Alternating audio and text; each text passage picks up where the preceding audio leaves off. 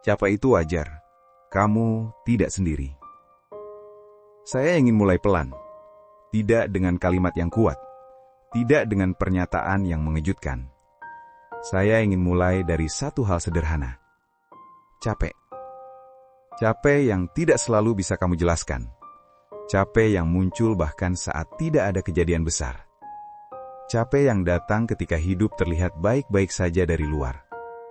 Kadang, kamu bangun pagi dan tidak tahu kenapa dada terasa berat. Tidak ada kabar buruk, tidak ada masalah besar. Tapi tubuh dan pikiran seperti sudah berjalan jauh sebelum hari benar-benar dimulai. Saya kenal rasa itu, dan mungkin kamu juga. Ada masa di mana capek bukan soal fisik, bukan karena kurang tidur, bukan karena terlalu banyak kerja kasar. Capeknya lebih halus, lebih sunyi, seperti kelelahan yang menempel pelan tapi terus-menerus. Kamu tetap bangun, tetap mandi, tetap melakukan yang perlu dilakukan, tapi ada bagian di dalam yang terasa tertinggal. Bukan karena kamu lemah, bukan karena kamu kurang kuat. Kadang memang hidup berjalan lebih cepat dari kemampuan kita untuk mencerna. Saya sering melihat orang-orang berusaha terlihat baik-baik saja. Bukan untuk pamer, tapi karena tidak tahu harus menjelaskan apa. Menjawab pertanyaan sederhana seperti, "Lagi apa?" saja terasa melelahkan. Bukan karena tidak ada jawaban, tapi karena jawabannya terlalu panjang untuk diucapkan. Ada banyak hal yang kamu tahan sendiri, bukan karena ingin terlihat kuat, tapi karena tidak semua hal butuh reaksi. Kadang kamu hanya ingin diam, duduk, membiarkan pikiran mengendap tanpa harus dipahami. Di dunia yang terus bergerak, diam sering dianggap malas, padahal diam kadang adalah satu-satunya cara bertahan.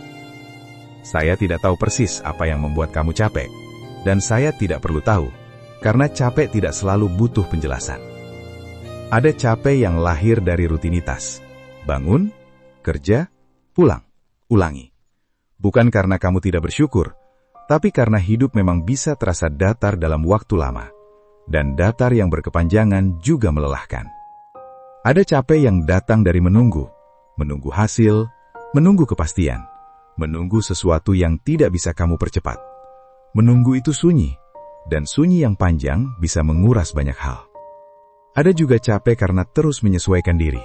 Menjadi versi yang dibutuhkan, menjadi versi yang aman, menjadi versi yang tidak merepotkan. Pelan-pelan kamu lupa rasanya menjadi diri sendiri tanpa peran. Saya pernah berada di titik di mana saya tidak tahu apa yang saya butuhkan. Yang saya tahu hanya satu, saya ingin berhenti sebentar. Bukan berhenti dari hidup, hanya berhenti dari tuntutan untuk selalu mengerti segalanya. Capek itu sering datang bukan karena hidup terlalu keras, tapi karena kita jarang memberi ruang untuk tidak kuat. Sejak kecil kita terbiasa diminta lanjut, diminta tahan, diminta jangan terlalu merasa. Akhirnya, merasa capek pun kadang terasa seperti kesalahan. Padahal, capek adalah bahasa tubuh dan pikiran. Ia tidak menyerang, ia memberi tanda. Tanda bahwa ada bagian dari dirimu yang butuh didengar. Bukan diperbaiki, bukan disemangati, hanya didengar. Kamu tidak perlu selalu tahu arah. Ada hari-hari di mana cukup tahu kamu masih di sini. Masih bernafas, masih hadir, meski tidak sepenuhnya utuh. Saya percaya banyak orang berjalan sambil membawa lelah yang tidak terlihat.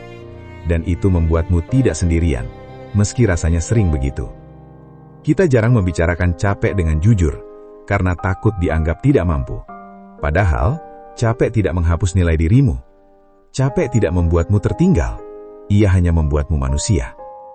Ada hari-hari di mana kamu tidak produktif, tidak fokus, tidak bersemangat.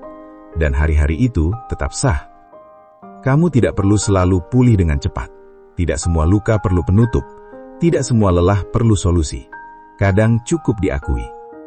Saya menulis ini bukan untuk memberi jawaban, bukan untuk menyusun langkah, bukan untuk mengajakmu berubah. Saya hanya ingin duduk sebentar di sini, bersamamu, dalam hening yang tidak menuntut apa-apa. Kalau hari ini kamu capek, tidak apa-apa. Kalau kamu merasa tertinggal, tidak apa-apa. Kalau kamu belum tahu harus kemana, tidak apa-apa.